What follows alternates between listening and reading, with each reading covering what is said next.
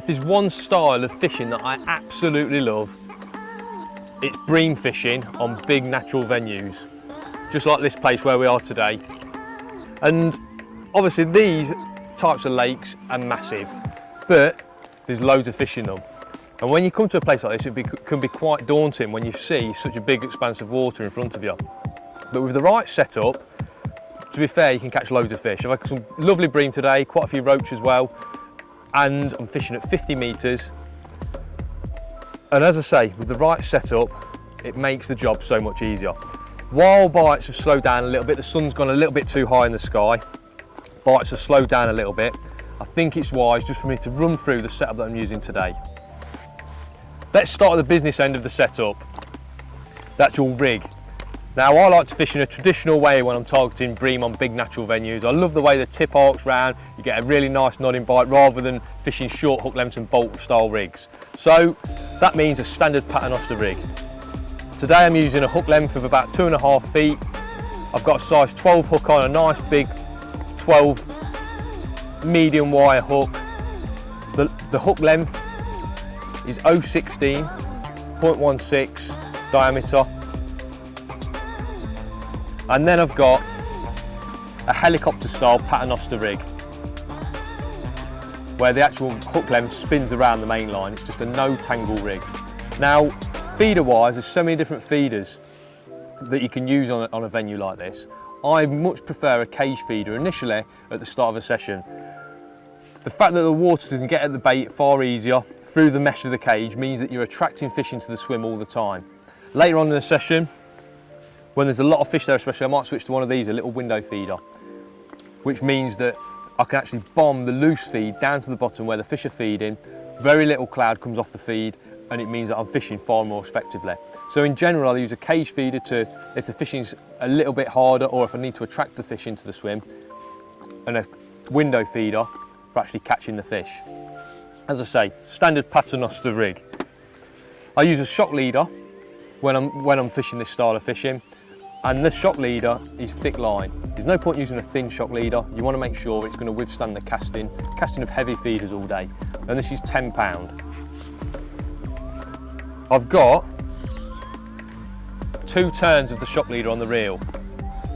And on the reel itself, the actual main line I'm using today is braid. It's 0.12 diameter braid, a really, really thin diameter, which means casting is a doddle. The fact that braid has got no stretch as well, it means I'm far more accurate when I'm fishing. It means if I need to empty out any feeders of loose feed, one sweep of the rod back empties the feeder out straight away. Obviously with monofilament, when you want to empty some feed out in your swim, you have to sort of pump the rod to get your feed to come out of the feeder because there's so much stretch in the line. The massive bonus as well with using braid over mono as a main line, the lack of stretch. The bites that you get on braid are just unmissable. You know, you can see everything that's going on in your swim. A big reel, we're casting a decent distance today, 50 metres, so we want a nice big reel. Loaded it right to the brim with the braid. It just makes casting and reeling in so much easier. Now let's get us on to one of the most important things for this style of feeder fishing, and any style of feeder fishing really, that's the rod. I've got with me today, and to be fair, you can see by the handle, I use this rod a hell of a lot now. It's a Free Spirit High S power feeder, and this is the distance model.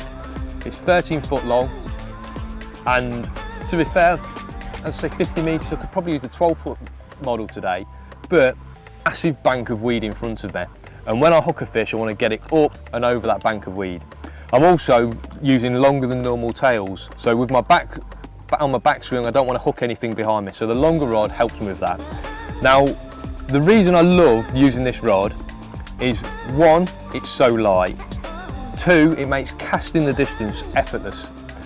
I can actually, I've used this rod in the past, I've chucked 90 metres with a cage feeder, and believe me, actually when you measure out 90 metres and you want to chuck one of these bullet style cage feeders, it's a hell of a distance. One of the things I love about the rod is the hollow tips. They make casting so much easier. What I've found is you get far less frat rounds around the tip eye of your tip. There's far less reverberation when you cast out.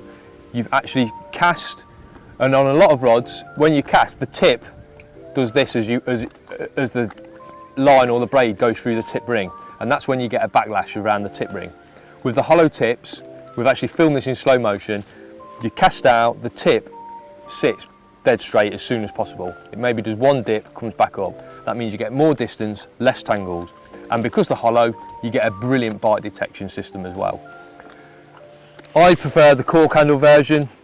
There's two versions available. You can actually get the cork handle version, which I absolutely love, or you can get sort of a carp style handle, EVA handle, which actually gives you more feel when you're playing a fish. Far more enjoyable to play a fish, but as a traditional match angler, should we say, I like the cork version. Now, maybe if I was fishing a little bit shorter today, or for smaller fish, I'd probably go for the special.